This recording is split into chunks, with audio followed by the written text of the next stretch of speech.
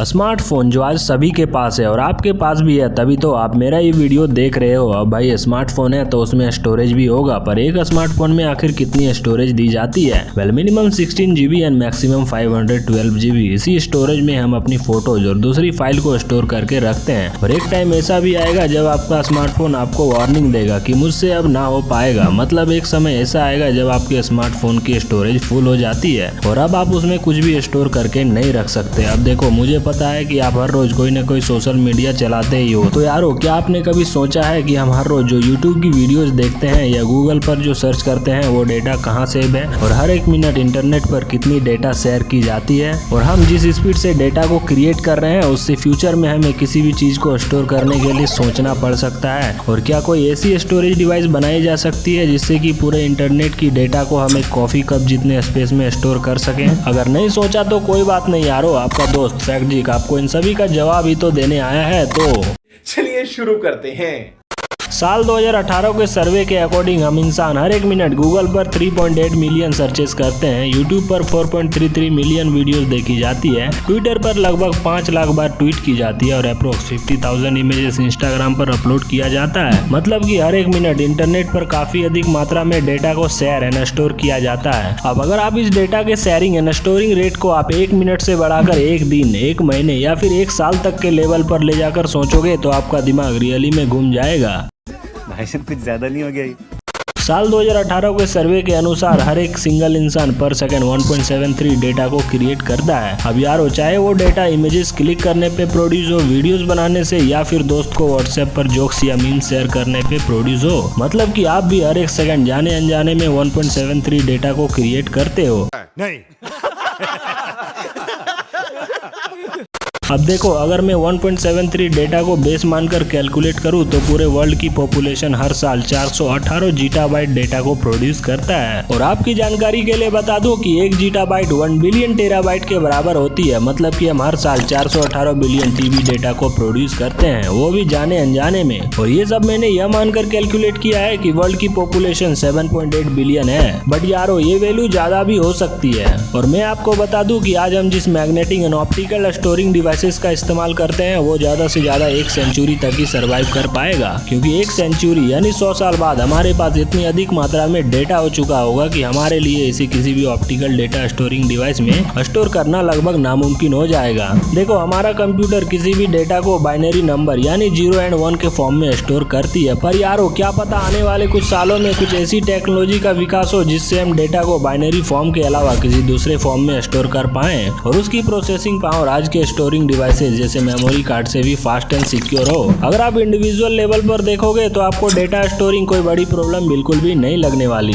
But अगर मैं पूरे इंटरनेट की डेटा के स्टोरिंग की बात करूं तो आने वाले 100 सालों में हमारे पास इतना डेटा हो जाएगा कि हमें उसे स्टोर करने के बारे में भी सोचना पड़ेगा, क्योंकि इंटरनेट पे जो डेटा अवेलेबल है वो डेटा काफी बड़े बड़े डेटा सेंटर में मौजूद है और उन डेटा सेंटर को रन करने के लिए काफी अधिक मात्रा में पावर एंड पैसों की जरूरत पड़ती है। और आज जिस प्रकार इंटरनेट का इवोल्यूशन हो रहा है और जिस रेट से डेटा को क्रिएट किया जा रहा है, वैसे में हमें डेटा स्टोरिंग प्रॉब्लम से तो डील करना ही पड़ेगा। तो भाइयों, इसका साफ साफ यही मतलब बनता है कि हमें फ्यूचर में डेटा को स्टोर करने के लिए किसी नए and advance data storing system की जरूरत पड़ने वाली है। तो यारो, देर किस बात की, चलो हम जानते हैं नियर फ्यूचर में डेटा स्टोरिंग प्रॉब्लम से हम कैसे डील करेंगे और वो कौन सी टेक्नोलॉजी हो सकती है और वो कैसे वर्क करेगी। अब आगे बढ़ने से पहले आप ये जान लो कि हम डेटा किसको बोलते हैं। अब डेटा क्या है, इसे सुनकर हमारे भाइयों के मन में ये घूम रहा होगा कि हमारे स्मार्टफोन, कंप्यूटर एंड इंटरनेट पर जो भी इंफॉर्मेशन जैसे म्यूजिक एंड वीडियोस है वही डेटा है, या फिर वो डेटा है जो हमें टेलीकॉम कंपनी जैसे एयरटेल एंड जियो प्रोवाइड करती है। पर यारों, मैं आपको बता दूं कि ये डेटा की पूरी सच्चाई बिल्कुल भी नहीं है। दरअसल हम अपने स्मार्टफोन एंड इंटरनेट पर जो कुछ भी देखते हैं उसे डिजिटल डेटा कहते हैं और इस यूनिवर्स में जो कुछ भी मौजूद है जिससे हम कुछ इन्फॉर्मेशन को कलेक्ट कर पाए उसे डेटा कहते हैं। मतलब आप और मैं भी एक डेटा ही है। अब चलो मैं इसे एक सिंपल एग्जाम्पल के थ्रू समझाता हूँ। देखो, ये एक खाली पेपर है जिसमें आपने अपना नाम लिखा। अब जो आपने इस पेपर में अपना नाम लिखा वो हो गया डेटा और ये पेपर हो गया डेटा स्टोरिंग डिवाइसेस। और आपने अपने जवानी के दिनों में पेपर पर लव लेटर लिखकर अपने गर्लफ्रेंड को जरूरी भेजा होगा, तो वो हो गया डेटा को शेयर करना। पर आजकल के लैला मजनू शायद इसे समझ पाए। बड़ा हरामी हो बेटा। खैर तो पेपर एंड पेन सबसे सिंपलेस्ट एग्जांपल है डेटा को स्टोर करने की, और आप ये काम अपने बचपन से ही करते आए हो। देखो अगर आपके पास कंप्यूटर या लैपटॉप है तो आपको ये जरूरी पता होगा कि हार्ड डिस्क क्या चीज होती है। तो हार्ड डिस्क एक डेटा स्टोरिंग डिवाइसेस है, मतलब कि कंप्यूटर की पूरी इंफॉर्मेशन हार्ड डिस्क में ही होती है। हार्ड डिस्क में डेटा को मेटल की सरफेस पर एक मैग्नेटिक ऑप्टिकल सेंसर के थ्रू रीड एंड राइट किया जाता है। बट आपकी जानकारी के लिए बता दूं कि हार्ड डिस्क के पहले डेटा को स्टोर करने के लिए फ्लॉपी डिस्क का यूज किया जाता था, जिसमें डेटा को प्लास्टिक की पतली लेयर में स्टोर किया जाता था। उसके बाद आई CD ड्राइव्स। इसका भी मैकेनिज्म फ्लॉपी डिस्क के जैसा ही था, पर यारो आज शायद ही कोई इन चीजों का इस्तेमाल करता होगा, क्योंकि आज हम डिजिटली डेटा को माइक्रो SD कार्ड या SSD में स्टोर करते हैं, जो साइज में छोटा, अधिक data storing capacity and data को हाई स्पीड में रीड एंड राइट कर सकता है। दैट मीन्स समय समय पर डेटा स्टोरेज डिवाइसेस अपडेट होते आए हैं और समय के साथ इनकी साइज भी छोटी होती गई है, बट इनकी कैपेसिटी एंड परफॉर्मेंस काफी बढ़ चुकी है। मतलब अगर सीधे तौर पर बात करूँ तो हम इससे भी किसी छोटे डिवाइस में आज की मेमोरी कार्ड से भी काफी अधिक मात्रा में डेटा को स्टोर कर सकते हैं। पर हाँ, इसमें कोई शक नहीं है कि हमें आज से एडवांस टेक्नोलॉजी की जरूरत पड़ेगी, और हमारे साइंटिस्ट डेटा स्टोरिंग प्रॉब्लम को ध्यान में रखते हुए नैनो टेक्नोलॉजी पर काम कर रहे हैं। एंड मेनली जिस पर ज्यादा ध्यान दिया जा रहा है वो है DNA डेटा स्टोरेज डिवाइस। शौक लगा? वेल मुझे भी लगा था कि आखिर कैसे हम DNA में डेटा को स्टोर कर सकते हैं, तो यार वो बताता हूँ। रुको जरा, सब्र करो। अब देखो DNA एक काफी कॉम्प्लेक्स एंड मजेदार चीज है। हमारे साइंटिस्टों के रिसर्च के अनुसार हम DNA में डेटा को स्टोर कर सकते हैं और उसकी डेटा स्टोरिंग कैपेसिटी काफी अमेजिंग है। इनफैक्ट अगर मैं एक बैक्टीरिया के DNA की बात करूं तो उसमें हम 10⁻19 बिट्स पर क्यूबिक सेंटीमीटर डेटा को स्टोर कर सकते हैं। मतलब कि सिर्फ 1 ग्राम DNA में 215 मिलियन GB डेटा को स्टोर किया जा सकता है। और अगर इस अनुसार से देखें तो आज इंटरनेट पर जितनी भी डेटा अवेलेबल है उसे हम केवल एक कॉफी कप जितने DNA में स्टोर कर सकते हैं। तो यारो अब आप समझ सकते हो कि DNA की क्या कैपेसिटी हो सकती है। देखो हमारे बॉडी का shape and size, hair colour etcetera सभी चीजें हमारे DNA में स्टोर रहती है और पीढ़ी दर पीढ़ी जीन्स के थ्रू DNA में मौजूद डेटा का ट्रांसफर होता रहता है। अब क्योंकि आप ये जान चुके हो कि फिलहाल इंटरनेट पे जो भी डेटा है उसे हम सिर्फ एक कॉफी कप जितने DNA में स्टोर कर सकते हैं, तो जरा सोचो कि हमारे बॉडी में कितना DNA होगा और उसमें हम कितनी डेटा को स्टोर कर सकते हैं। वेल मेरे अनुसार से तो हम इसे इमेजिन भी नहीं कर सकते। एंड DNA की सबसे अमेजिंग बात यह है कि हम DNA में न केवल डेटा को स्टोर कर सकते हैं बल्कि इसकी लाइफ टाइम 1000 साल से भी अधिक की होती है। तो चलो यारो अब जानते हैं कि आखिर DNA स्टोरेज डिवाइस कैसे वर्क करेगा। देखो DNA यानी डीऑक्सीराइबोन्यूक्लिक एसिड एक जेनेटिक मटेरियल है और ये 2 चेन सिस्टम से मिलकर बने हुए होते हैं। ये दोनों चेन एक दूसरे को एक डबल हेलिक्स स्ट्रक्चर में कॉइल करके रखती है और इसी डबल हेलिक्स स्ट्रक्चर में हमारी जेनेटिक्स डेटा स्टोर रहती है। लाइक हमारी डेवलपमेंट से रिलेटेड इंफॉर्मेशन, रिप्रोडक्शन से रिलेटेड इंफॉर्मेशन एक्सेट्रा।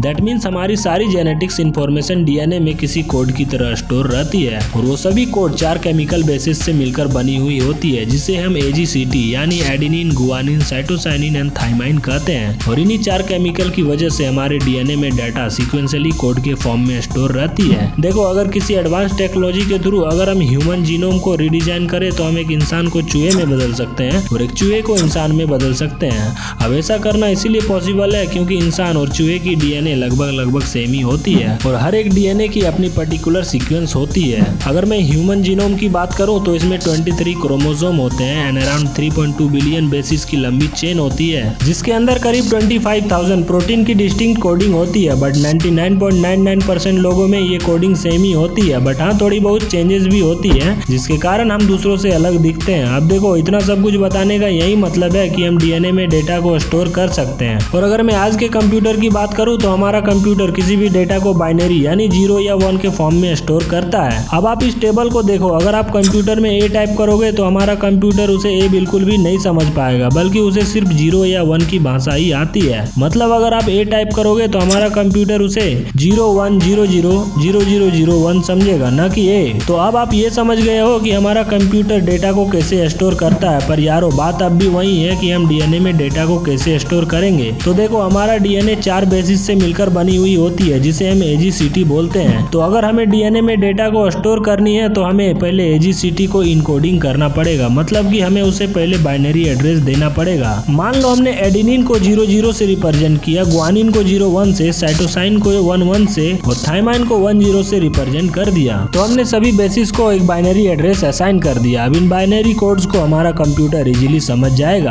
अब बारी आती है सिंथेसाइज करने की, मतलब कि हमने DNA में जिस डेटा को सीक्वेंस में इनकोड किया है उसे फिजिकली बनाएंगे, यानी एक नए डीएनए को बनाएंगे और ये वही डीएनए होगा जिसमें हमने डेटा को सीक्वेंस में स्टोर किया था। तो यारो कुछ इस तरह से डीएनए स्टोरेज डिवाइस को बनाया जा सकता है। अब आप लोगों में से बहुतों के मन में ये सवाल आ रहा होगा कि हम डीएनए को सिंथेसाइज कैसे करेंगे। तो भाई ये एक काफी लंबी और कॉम्प्लेक्स टॉपिक है जिसके बारे में हम फिर कभी बात करेंगे। और अगर एक बार हम डीएनए को सिंथेसाइज करके डीएनए में डेटा को स्टोर कर लें तो हम हजारों सालों तक उस डेटा को सेव करके रख सकते हैं और समय आने पर हम किसी स्पेशल टेक्निक से डीएनए में इनकोड किए गए डेटा को इनकोड कर सकते हैं। पर यारो एक बात बोलूं, ये सुनने में जितना आसान लगता है उतना है नहीं, क्योंकि डीएनए काफी छोटा होता है और उस लेवल पर वर्क करना काफी कॉम्प्लेक्स। पर हाँ, हमारे फ्यूचर में ये बिल्कुल पॉसिबल हो सकता है। सो आई होप कि आपको हमारे इस वीडियो से कुछ नया और इंटरेस्टिंग सीखने को मिला होगा। अगर हाँ तो वीडियो को लाइक करने के साथ साथ ऐसे ही और इंटरेस्टिंग वीडियोस के लिए चैनल को सब्सक्राइब कर नोटिफिकेशन ऑल को प्रेस कर लेना। तो मिलते हैं एक और इंटरेस्टिंग वीडियो में।